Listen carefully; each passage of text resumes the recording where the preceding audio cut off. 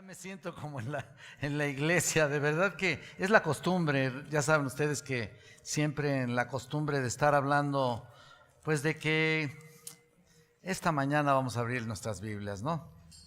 Bueno, vamos a tener una palabra de oración y vamos a pedirle al Señor su dirección para que nos enseñe esta tarde lo que el Señor tiene para todos ustedes y por supuesto para mí también.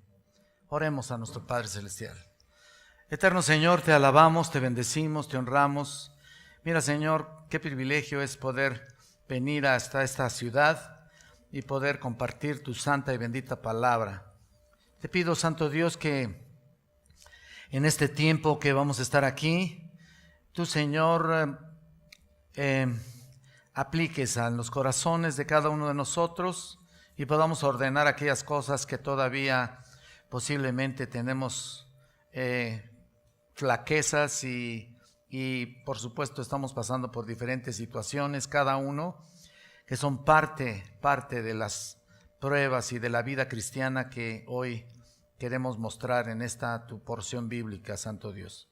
Gracias, eterno Dios, pongo en tus manos a nuestro hermano Fernando, a Jesús Cano, Señor, y a todos los demás siervos, a todos los demás servidores de esta iglesia.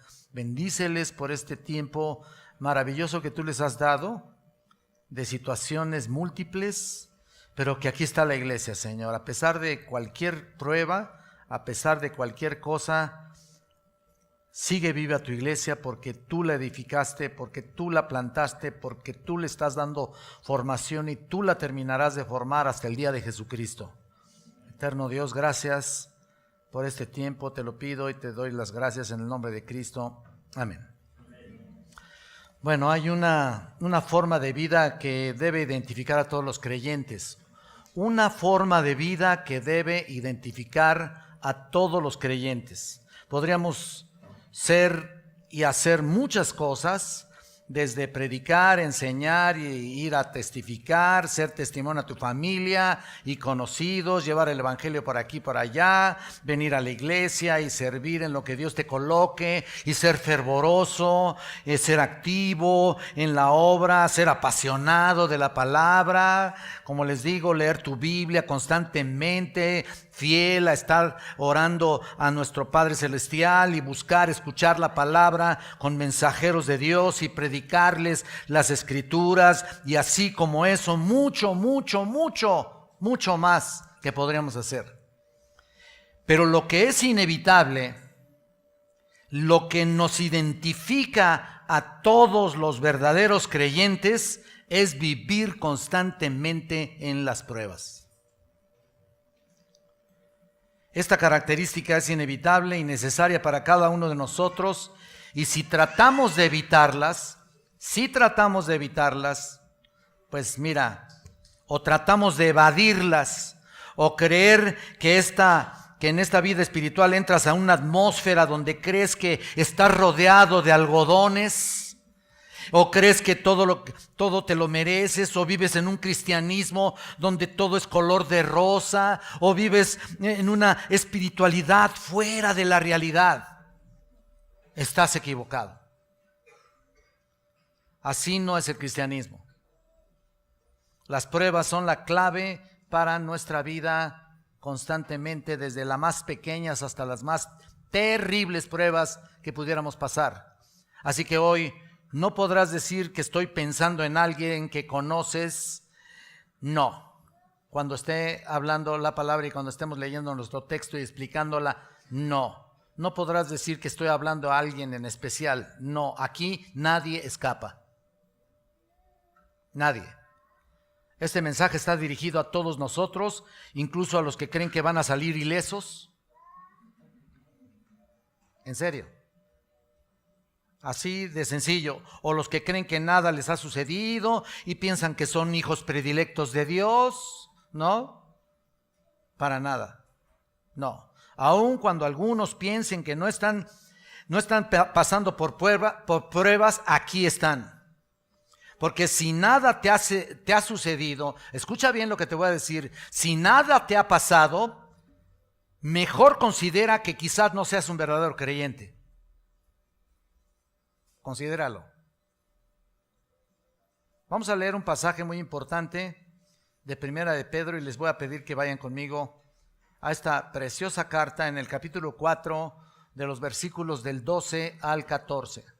12 al 14. Dice la palabra de Dios: amados, no os sorprendáis del fuego de prueba que os ha sobrevenido como si alguna cosa extraña os aconteciese, sino gozaos por cuanto sois participantes de los padecimientos de Cristo, para que también en la revelación de su gloria os gocéis con gran alegría. Si sois vituperados por el nombre de Cristo, sois bienaventurados, porque el glorioso Espíritu de Dios reposa sobre vosotros. Ciertamente de parte de ellos Él es blasfemado, pero por vosotros es glorificado. Aunque en algún momento ya lo hemos hablado en algún tipo de contexto, tal vez aquí en algún momento de la epístola, de todas formas voy a mostrarles algunos aspectos históricos, contextuales, que son muy importantes para saber qué es lo que estaba pasando precisamente a la audiencia original en su tiempo y en su momento. Fue escrita al comienzo de la gran persecución de los cristianos, que comenzó aproximadamente en el año 64 después de Cristo. Durante el incendio de Roma, ustedes han de recordar que Nerón había incendiado ahí la ciudad de Roma y había culpado a todos los cristianos por todo lo que habían hecho, lo que había hecho él. Nerón, que realmente estaba definitivamente loco, estaba obsesionado, era un tipo desquiciado. Él estaba desquiciado y necio a construir una nueva ciudad con nuevos elementos, o mejor dicho, nuevos habitantes. Y por supuesto, para construir una nueva ciudad se le ocurrió la ingeniosa idea de quemar la ciudad de Roma, ¿no? Y después construirla. Bueno, nos dicen los comentaristas que mientras la ciudad estaba ardiendo, Nerón estaba deleitándose con el encanto de las llamas desde su aposento. Bueno, estaba feliz de la vida porque la ciudad estaba siendo quemada. Imagínate nada más. Políticamente, por supuesto, Nerón necesitaba a alguien para culpar, alguna víctima, algún chivo expiatorio. Por supuesto, ahí estaba, y de esta tragedia. Quería echarle la culpa a alguien más. ¿Y a quién creen ustedes que escogió para culpar acerca de lo que estaba haciendo él o lo que había hecho? Nada más y nada menos que a los cristianos, que ya de por sí ya tenían mucha mala fama. Y ahorita les voy a explicar por qué, algunos detalles importantes históricos que es necesario que ustedes sepan. La gente los consideraba una especie de caníbales. Específicamente todo lo relacionado a la cena del Señor, ¿te acuerdas? Diciendo que ellos comían carne, ¿te acuerdas? Esto es mi cuerpo que por vosotros, ¿te acuerdas, no? Entonces, cuando tomaban sangre, esto es mi sangre que por vosotros es derramada, bla, bla, ¿no? Tomad, ahí está, ¿no? Ahí están los caníbales, ¿no? Supuestamente que estaban culpando. Y entonces ustedes saben cómo se corren los rumores realmente y se van agrandando, y desde el comienzo la información empieza a torcerse hasta que termina ya todo como el teléfono descompuesto, ¿no? Ustedes ya saben eso, ¿no? Y estos pobres creyentes eran tratados como caníbales, enemigos de la sociedad, incluso divisores de familias. ¿Y sabes por qué? Porque en el sentido de que uno de los miembros de la familia se convertía, estaba prácticamente dividiendo a la familia. Tremenda acusación. Imagínate nada más, hay veces que un esposo se convierte y el esposo tarda en convertirse, pero ya había una división y de eso estaban siendo acusados. Hablaban de ellos como predicadores del fin del mundo y decían que los cristianos ya tenían la fama, que decían que Dios iba a incinerar todo este mundo, así como le enseña el mismo Pedro, ¿se acuerdan? En 2 de Pedro 3:10, cuando dice que los elementos ardiendo serán quemados. etcétera, etcétera, ¿no? Bueno, por lo tanto, eso también sirvió como excusa para culparlos.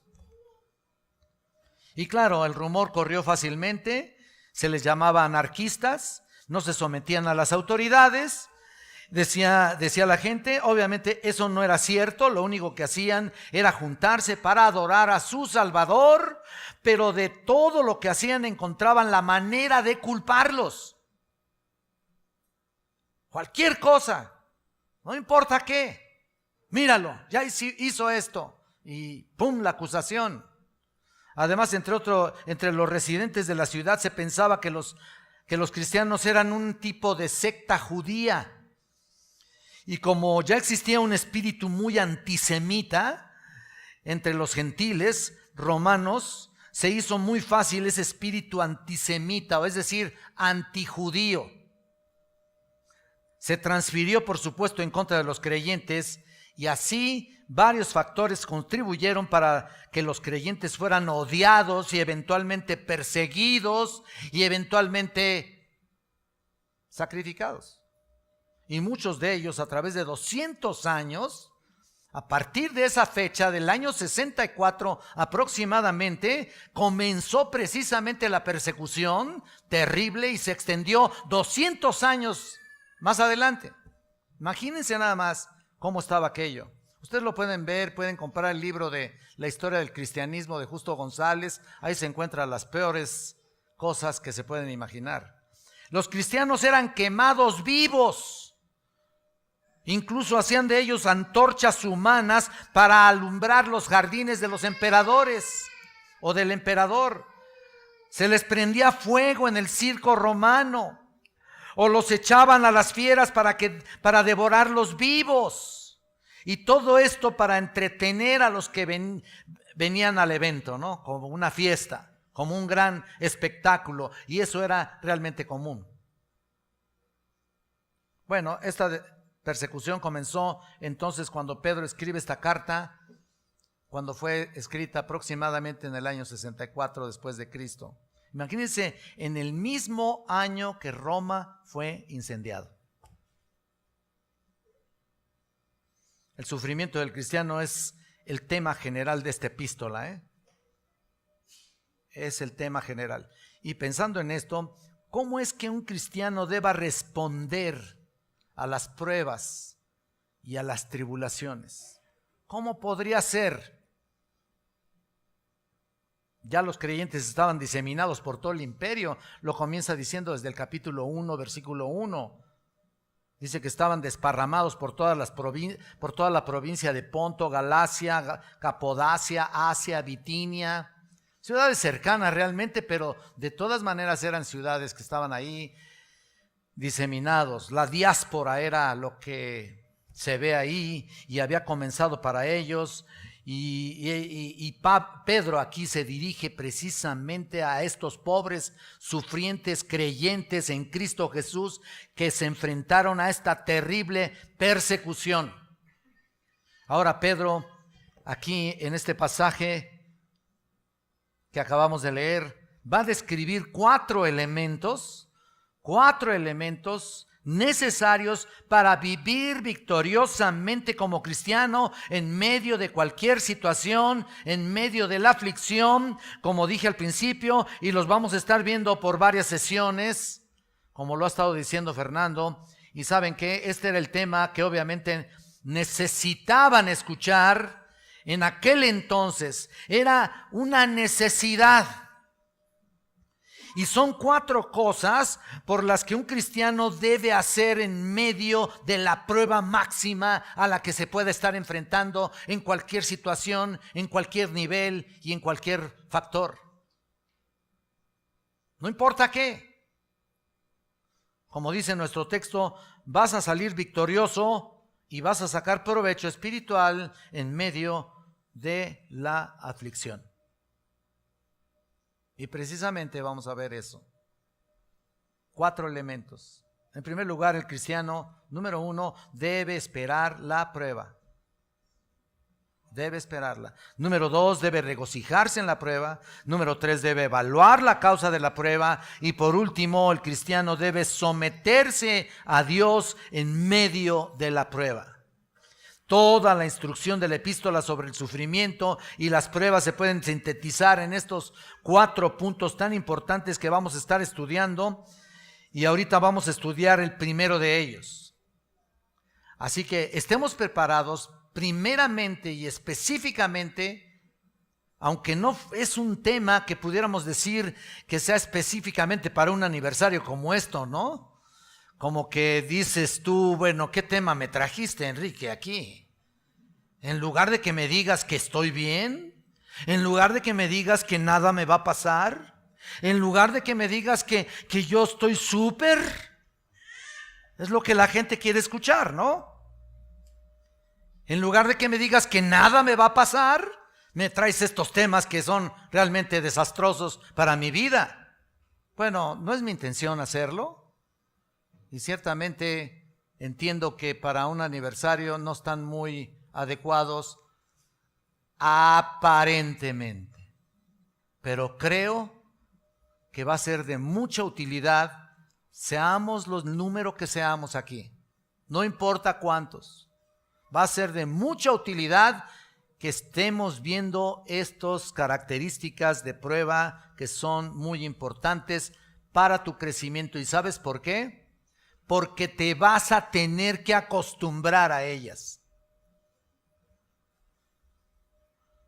Vamos al primero.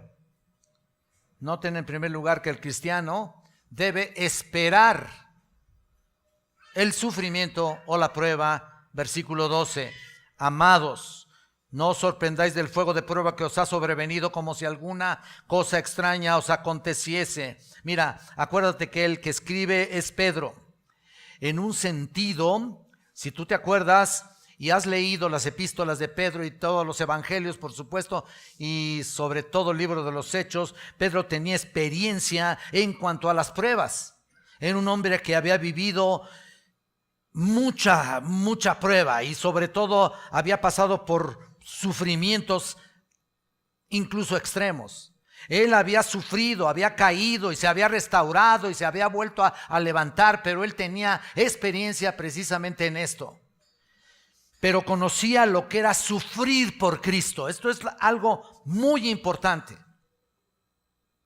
Y si quieres saber un poco más acerca de él, recuerda que Pedro llega hasta el final de su vida, según los historiadores, incluso también la tradición así le dicen, que en realidad es los historiadores. Acuérdate que su vida fue martirizada y fue crucificado boca abajo. ¿Por qué? Porque él mismo ni siquiera quiso ser crucificado como su amado Señor, como su Señor, según los historiadores. Entonces Pedro es una persona que tiene el derecho de hablarnos de todo esto, ¿no? Tiene el derecho y tiene la autoridad y tiene, por supuesto, todas las características para hablarnos de esto.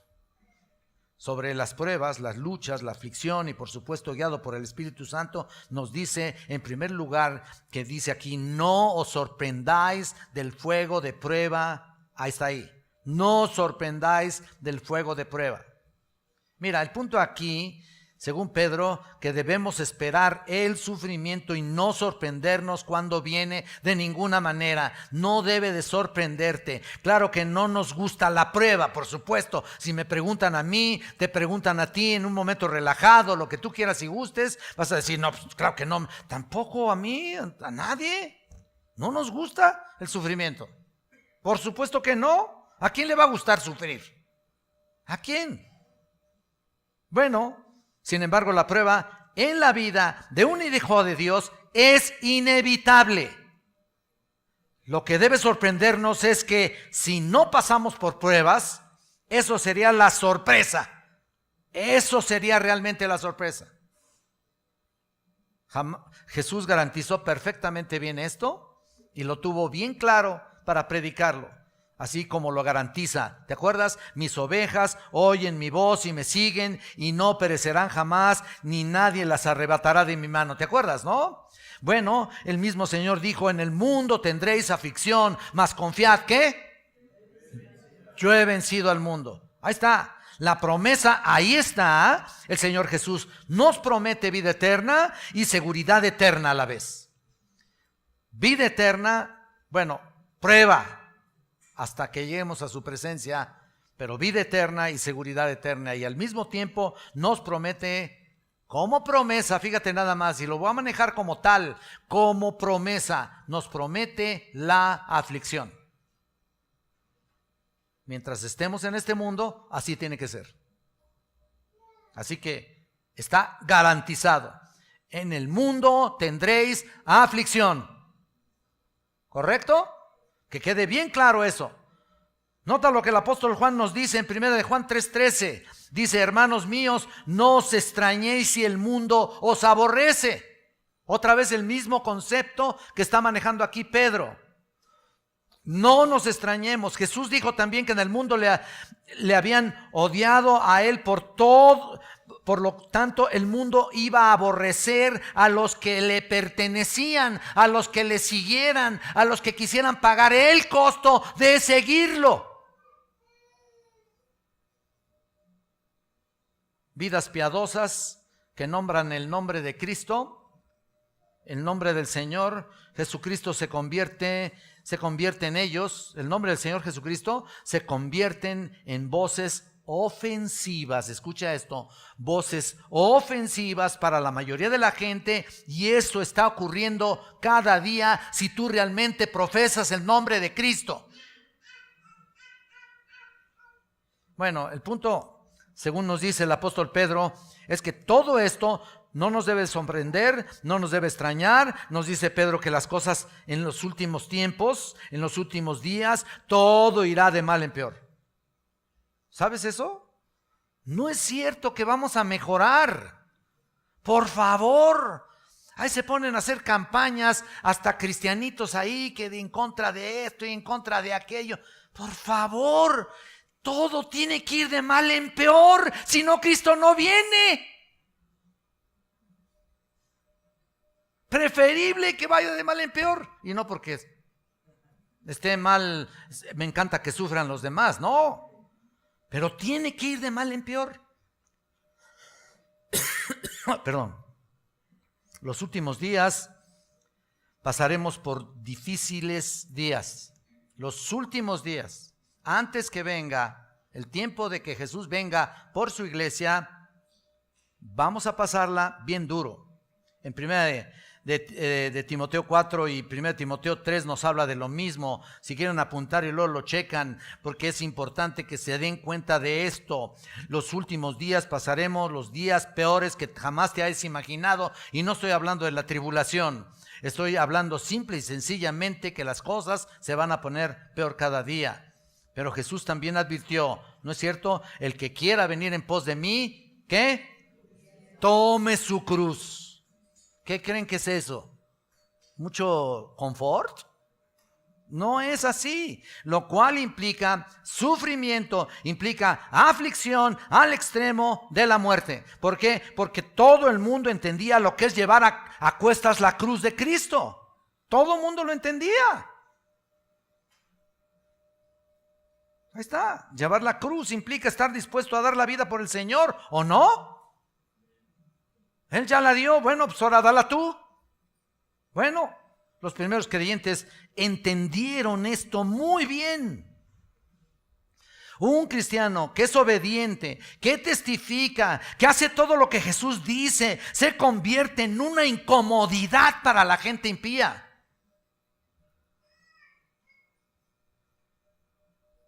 Ese es el punto. Esto debe ser con todos los verdaderos hijos de Dios. Somos una incomodidad para los inconversos.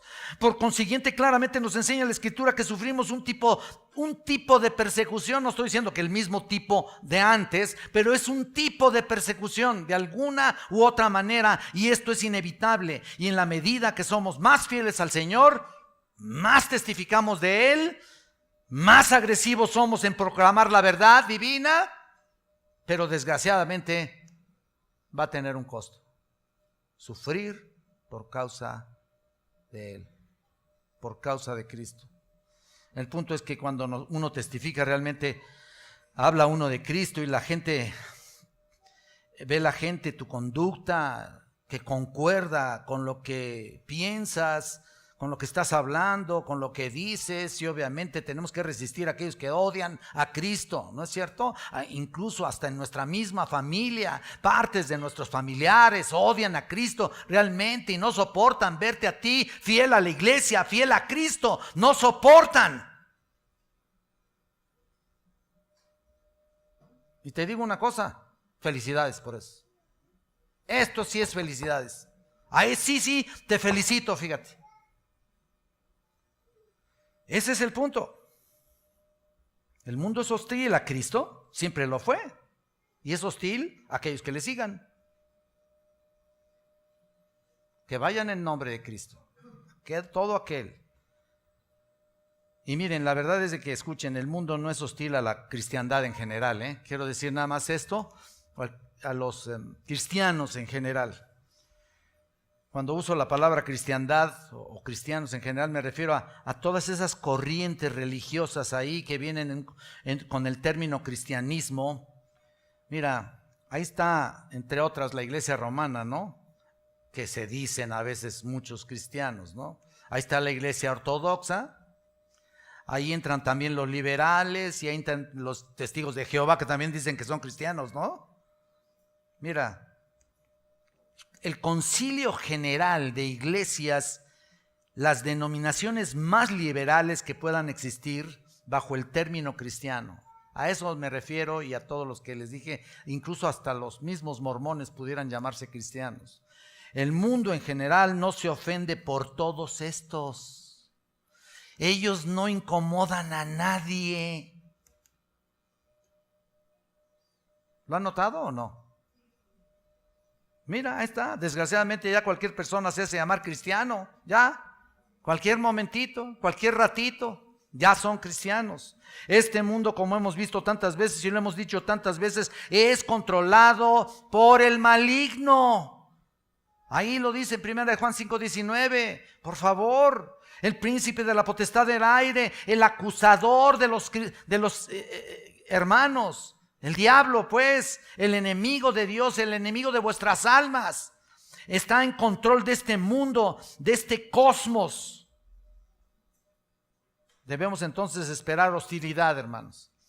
Es esperar hostilidad y persecución en la medida que sea para los que viven realmente el cristianismo. En la misma familia lo ves, ¿no? Ya lo dije, pero en tu trabajo, en la cuadra ahí donde vives y donde estás, en todas partes, siempre, tú sabes, vas a ver a las personas, pero simple y sencillamente no encajan en su forma de vida. Tú no encajas en su forma de vida, en ningún lado. Noten ustedes cómo Pedro aquí comienza estos versículos dirigidos a estos cristianos que estaban siendo perseguidos y les llama amados. ¿Estás viendo la palabra ahí? Amados, ¿no? Esta es una expresión pastoral. En el capítulo 2, versículo 11, también les llama amados, si lo quieres checar luego. Es un término de ternura, es un término de compasión. También en el capítulo 1:22, Pedro habla del amor entre hermanos, el amor fraternal no fingido, ¿te acuerdas, no? En el capítulo 4:8 aquí también, un poquito antes del texto que estamos viendo, también tú ves que el apóstol nos exhorta a los creyentes a tener ferviente amor unos a otros. Ahí está, el creyente en el Nuevo Testamento se describe entonces como alguien que fundamentalmente ha sido reconciliado con Dios y es amado por Dios y amado por los hermanos. Ama a Dios y ama a todos los hijos de Dios. Ese es el cristiano. Por eso les pido que observen en un momento determinado a alguien más y no estamos diciendo que estemos solamente allí para criticar o por el estilo, pero muchos dirán que son creyentes, pero si no están llevando a cabo su cristianismo en estas condiciones, tú los vas a ver porque la Biblia dice, por sus frutos, ¿qué? Punto. Ahí está. Y sabes qué precioso y reconfortante es saber que en medio de cualquier aflicción, Dios nos ama, nos protege. Él nunca nos falla, ni va a fallar. Por eso dice, vayan conmigo a Romanos, por favor. Romanos capítulo 8, 28.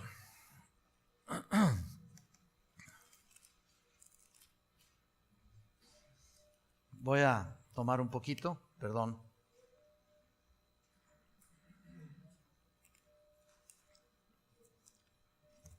Noten aquí lo que dice Romanos 8, 28. Y sabemos que a los que aman a Dios, todas las cosas les ayudan, perdón, a bien. Esto es a los que conforme a su propósito son llamados. Por eso Pablo dice al final de este tremendo capítulo 8 que estamos viendo acá de Romanos, que de ese amor de Dios para con nosotros nada ni nadie nos puede nos puede separar. Nadie te va a separar de su amor de ninguna manera, ni siquiera la muerte. Al contrario, la muerte te acerca a Él, ¿no? Al Señor, la muerte física. Fuimos salvados por su amor y nos dice Efesios 2:4 y que realmente y ese amor que Él nos concedió antes de la fundación del mundo. ¿Qué sucede? Que se manifestó cuando Él nos llamó a salvación, perdura y continúa. Si va a ser perfeccionado, nos va a dar ese perfeccionamiento constante y perseverante. Su amor en sí ya es algo por lo cual vale la pena seguir adelante. No importa que esté pasando lo que esté pasando en tu vida. No importa. No es que esté diciéndolo como algo insignificante o que te esté haciendo menos. No. Pero compáralo con el amor de Dios, por favor. No se compara. El amor de Cristo es algo maravilloso. Por eso dice, ¿quién nos separará del amor de Cristo? ¿Te acuerdas tú? Mira, vamos a verlo aquí para que te des cuenta, porque los veo y como que no me creen.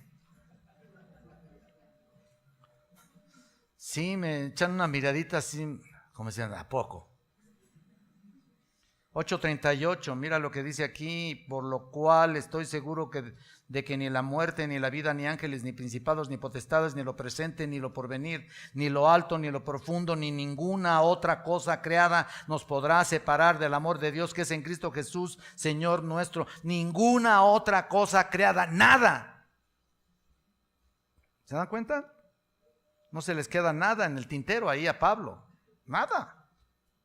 Del amor de Dios nadie nos separará, y eso es algo en quien debemos confiar cuando estamos en medio de la prueba. Nos debemos mantener confiados. Y por supuesto Pedro está escribiendo a cristianos, algunos de ellos bajo intensa persecución. Ya les dije que esta carta, volviendo a la de Pedro, es realmente una carta de sufrimiento como una característica. Y realmente podrían posiblemente estar cuestionando el amor de Dios en su vida, algunos de ellos, ¿no? Es como cuando te pasa algo y empiezas a dudar, pero ellos no dudaban para nada. Sus almas estaban desfalleciendo. Hay momentos en que seamos francos. Hay momentos en que estamos pasando por diferentes pruebas muy fuertes. Muchas veces nuestra fe es débil. Se tambalea un poco nuestra fe. Y hay veces que estamos decaídos, afligidos, y hasta llegamos a cuestionar a Dios. Oye, Señor, ya ni me oyes tú. No sé si ha pasado eso en tu vida alguna vez, pero cuando menos en pequeños fragmentos yo creo que sí. Porque somos creyentes, somos hijos de Dios, pero somos débiles a veces. Y el Señor te da fortaleza y te levanta. Y cuando ves esto, no os sorprendáis del fuego de prueba que os ha sobrevenido. Oye, te tiene que levantar. Cuando pasamos por esas duras pruebas, es fácil preguntarse, ¿por qué está pasando eso? ¿Por qué sucede? ¿Por qué es que Dios permite esta prueba en mi vida? Pueden ser muchas cosas, enfermedad, alguna intervención quirúrgica, alguna operación, ¿no es cierto? O lucha en el trabajo, lucha en el hogar, o pérdida de un bebé, ¿no? O una persona muy cercana a nosotros muere. O alguien trata de destruirnos sin motivos. Tu supervisor o patrón en tu trabajo te grita y te humilla y te ridiculiza delante de todos los demás. Cualquiera que sea la situación, no te sorprendas de ese fuego de prueba que estás pasando. El hecho de que nos sorprendamos es como si dijera, tú ya lo sabías. Qué lindo es cuando el Señor nos da vida eterna, pasamos los primeros días convertidos, ya yo me acuerdo y yo creo que ustedes también lo recuerdan, que pasamos unos días de felicidad indescriptible, ¿no es cierto? Todo era color de rosa, no como en la zona rosa, ¿no? Pero todo era color de rosa, todo era color. Entonces cuando uno se convierte, todo es distinto, pero precioso. Y el Señor parece que nos permite pasar un periodo ahí como de luna de miel o algo así. Llamémosle así, en cuanto a nuestra regeneración y nuevo nacimiento. Y todo es maravilloso, andamos entre algodones, ¿no es cierto? Y de repente, ¡pum! Ahí vienen. Empiezan las dificultades y ¿sabes qué? Las dificultades son medidas por Él y la medida que podemos tolerarlas, el Señor envía más en la medida que las puedes tolerar. Y a veces más fuerte y pasamos por valles de cierta paz de repente y otra vez vienen las pruebas. ¿Te crees muy confiado? ¿Estás muy confiado? Pues ahí te va. Y así es, y otra vez. ¿Y cuándo se acaba esto? Les tengo una noticia. Cuando estemos en el cielo. A lo mejor no te parece mucho, pero ahora sí que ya ni modo, ¿no? Como decía uno, si es sabido ni nazo. El ser cristiano implica sufrir, el creer en el Evangelio es creer y abrazar la cruz. El Evangelio no es una promesa de salud y de prosperidad. No te creas de esos, por favor. Y si vienes de una corriente así, pues con todo respeto te lo digo, pero te lo digo con toda sinceridad. Eso no es el Evangelio como algunos predican. Eso son patrañas. El Evangelio es seguir a Cristo y tomar la cruz y sufrir aquí en esta tierra con la promesa de que jamás sufriremos en la eternidad. ¿Qué quieres? ¿Qué prefieres? Ahí está el intercambio, ¿no? Si tú quieres comodidad aquí en esta tierra y buscas con todas tus fuerzas los placeres y que tus asuntos se resuelvan y que prosperidad y todo lo que el mundo te ofrece, ¿no? Tú terminarás en la eternidad, en una eternidad de sufrimiento sin Cristo y en el infierno. Porque la Biblia habla del infierno mucho más de lo que te puedes imaginar, ¿eh? En serio, y por supuesto habla del cielo. Y nos dice aquí, y nos dice Pablo, que el infierno está reservado para el diablo y sus ángeles y todos los que no conocieron a Dios ni obedecieron el Evangelio de nuestro Señor Jesucristo. Y sabes una cosa, tengo que decir esto: si hay alguien aquí que todavía no ha obedecido el Evangelio de nuestro Señor Jesucristo, vas camino al infierno, reservado para el diablo y sus ángeles y para todos aquellos que no obedecen el Evangelio de Cristo, que Cristo estableció específicamente. No el Evangelio que a cada quien le convenga. De ninguna manera. Tenemos que entenderlo así. La gente quiere seguir a Cristo a su manera. Por eso les gusta I Did It My Way, ¿no? Les encanta la canción que canta Sinatra, porque es a su manera. Ahí está. Conforme quiera y pueda. No, esto no es así. Vengo a la iglesia, pues cuando tenga tiempo. Bueno, ya, no les hago falta, ¿no? Empiezas a caerte para que te levanten, ¿no? No les hago falta. Ay, ni quien me extrañe, ¿no? ¿Quieres vivir una vida y un cristianismo mediocre? Ya la estás viviendo. Ya lo estás viviendo. Entonces, esto no es así. No es así. La palabra es muy clara. Muchos quieren adaptar las normas de Dios como piensan o conforme a su conveniencia. No es así. Pero si así lo desean, estarán en el infierno. Porque para eso Dios dejó el evangelio correcto, para seguirlo tal y como Él lo ha trazado. Pero si no lo quieren seguir, su final será desastroso. ¿Ven? La escritura es clara. Entonces, ¿qué mejor?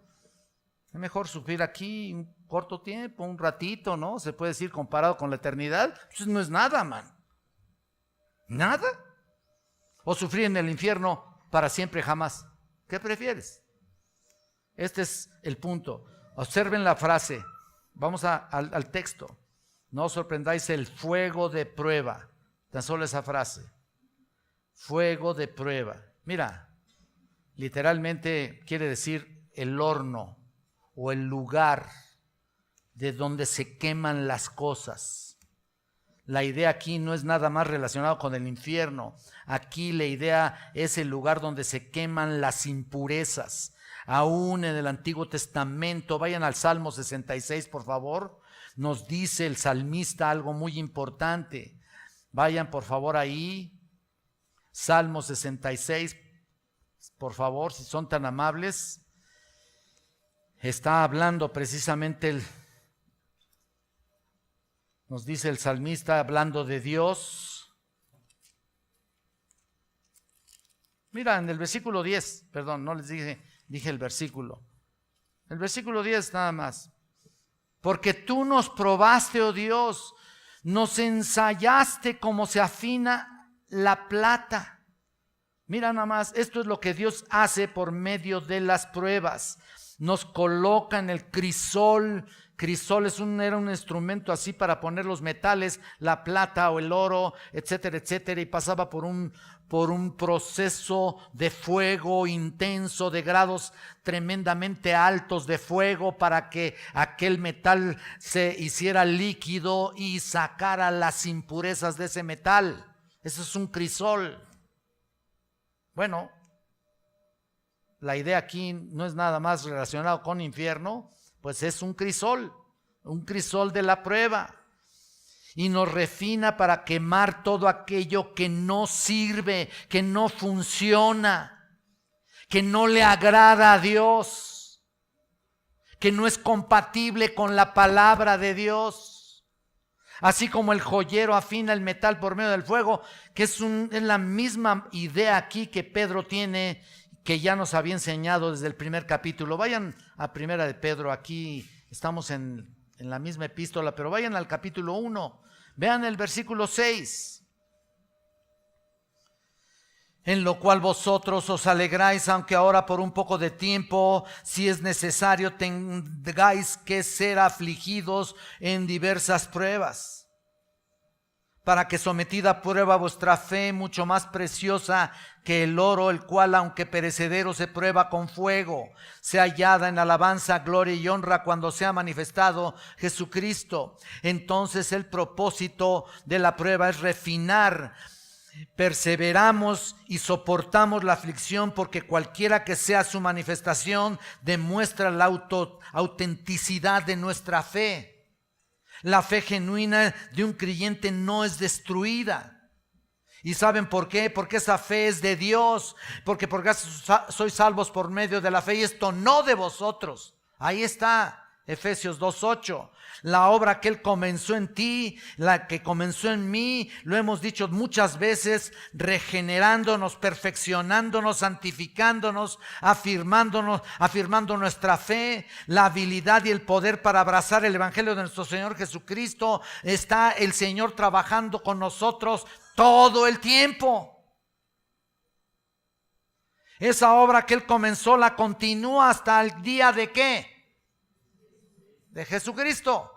Filipenses 1:6. Entonces en la Escritura la prueba de un hijo de Dios es para su bien. Entonces no pretendas escapar de ella. Un día lo dije, enfréntala con dignidad para experimentar el propósito de Dios para tu vida, para el fortalecimiento de tu fe. Generalmente viene una prueba y por lo general queremos huir de ella, queremos escapar de ella. No, pues que a mí no me toque. Recuerdo que cuando a veces predico en la iglesia, a veces algunos dicen, oye, me tiraste muchas pedradas. No soy yo, es la palabra de Dios.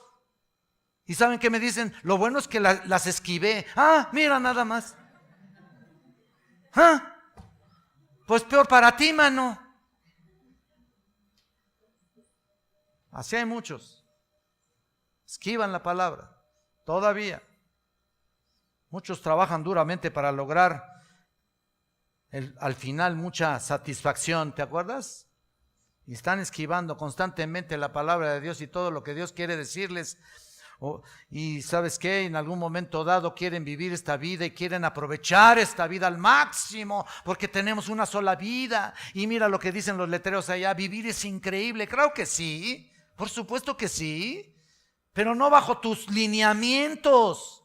Como creyente ya no es bajo tus lineamientos, es bajo la obra del Señor. Muchos trabajan duramente para lograr al fin mucha satisfacción, algún tipo de acumulamiento para vivir felices y no tienen nada de malo, pero si dicen ser hijos de Dios, tienes que enfrentarte a las críticas. ¿Por qué? Porque primeramente te vas a identificar delante de todos. Para eso. Y te vas a enfrentar a las críticas, a las groserías, a los desdenes, a los desprecios de un mundo que desprecia a Cristo y por supuesto desprecia a quienes lo siguen. El verdadero cristiano lo va a enfrentar. En cambio, escucha, la prueba de un falso profesante hace que esa persona se aleje, abandone su profesión, refiriéndome a los que profesan los de dientes para afuera. Por eso muchos se van de la iglesia a veces. ¿Por qué? Porque no son de Él. Así de simple. Esa es la gran diferencia entre un genuino y un falso, ¿no es cierto?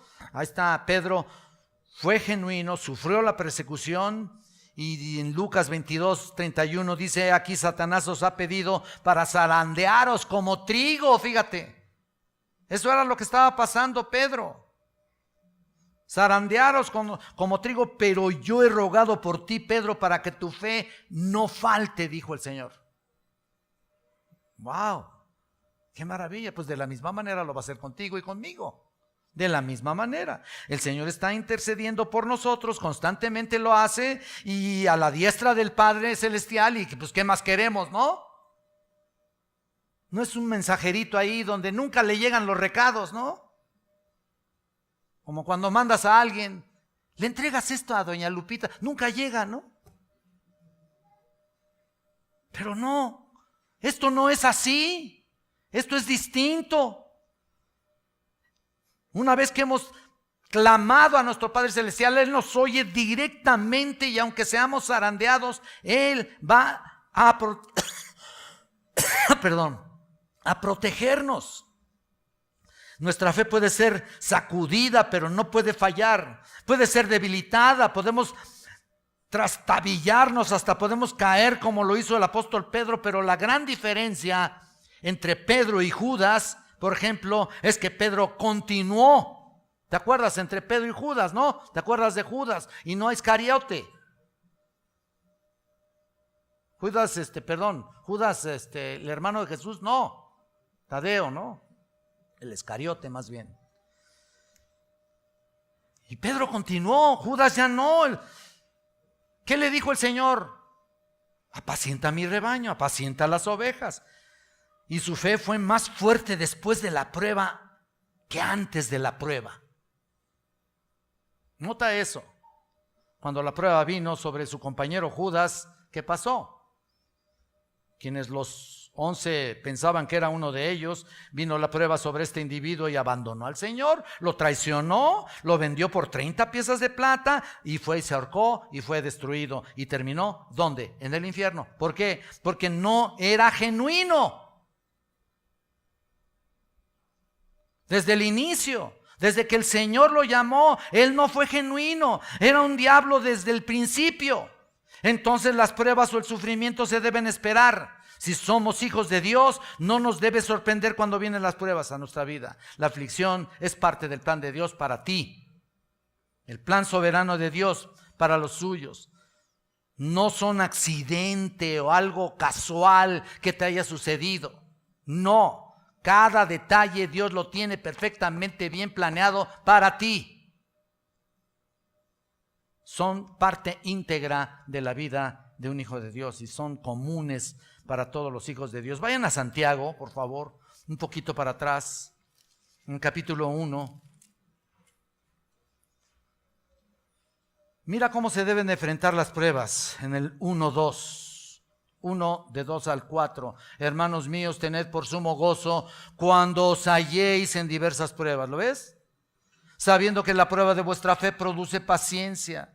Mas tenga la paciencia su obra completa para que seáis perfectos y cabales sin que os falte cosa alguna.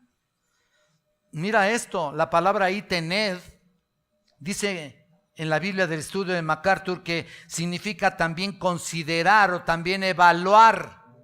En otras palabras, el cristiano debe hacerse consciente de ellas y considerarlas, hacer un compromiso en la respuesta a las pruebas, es decir, hacerte consciente de lo que nos puede afectar y responder con gozo sincero ante ellas. Por el momento parecen venirse abajo los entusiasmos, ¿no? Por nuestros planes personales y luego se van por el momento la paz, como ya dije, la comodidad y muchas cosas que buscamos, pero si entendemos el verdadero concepto de las pruebas, entonces comprenderemos que son para nuestro provecho.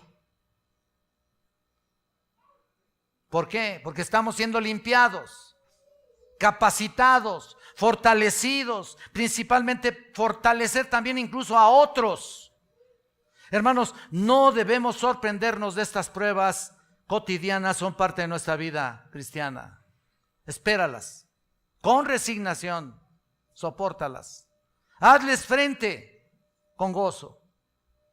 No trates de evadirlas. Percíbelas. Y busca la respuesta que el Señor te quiere dar. ¿Para qué es esto en particular? ¿Por qué me está pasando esto, Señor? No tanto el por qué, sino para qué.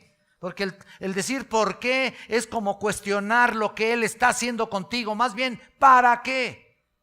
O sea, ¿cuál es este propósito, Señor? Y Él te dará la respuesta en su momento y en su tiempo. Una respuesta adecuada en el cual te vas a gozar con gran alegría. Te lo digo de verdad. Cada día nos pareceremos más a Cristo. Si la sabemos manejar y si nos sabemos conformar y gozar en medio de cualquier situación. Ese es el propósito, parecernos cada día más a Cristo. Desea que seamos aptos para el reino de los cielos y Él te está preparando a ti y a mí. Vengamos un momento a la oración, por favor. Señor bendito, te alabamos y te bendecimos, Señor. Gracias, Señor, por este tiempo. Ayúdanos, Señor, a no desesperarnos, no desmoralizarnos, comprender por lo que estamos pasando y dejar que tú, Señor, hagas y termines la obra que comenzaste algún momento y algún tiempo en nosotros. Eterno Padre, gracias te doy por este momento, apenas esta primera parte. Bendice la audiencia y a todos los hermanos que están presentes, porque te lo pido en nombre de Cristo. Amén. Gracias, hermanos. En un momento estaremos de vuelta.